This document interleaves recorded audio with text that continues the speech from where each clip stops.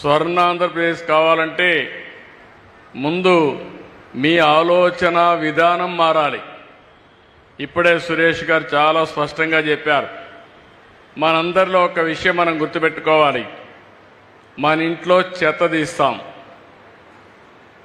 ఎక్కడేస్తామంటే road మీద వేస్తాం. అంటే ఇల్లు మంది, ఆ రోడ్డు మాత్రం మంది కాదు. అక్కడి నుంచి ఆ ఇంట్లో రోడ్డు మీద ఉండే చెత్త అంతా కుళ్ళి మళ్ళీ ఆ వాసన రూపాన మీ ఇంటికే వస్తుంది. అంటే అంటువ్యాధులు రావడానికి మీరు చూస్తే ఎక్కడికక్కడ ఈ చెత్త ఇవన్నీ కనీసం మనం వాడినటువంటి మురుగు నీరు కూడా బయట పోనీయకుండా మన ఇంటి ముందరనే ఉండడం, అక్కడ పురుగులు ఇవన్నీ తయారు కావడం, దీంతో అనేక అంటువ్యాధులు వచ్చి చాలా ఇబ్బందులు వచ్చే పరిస్థితి వచ్చింది.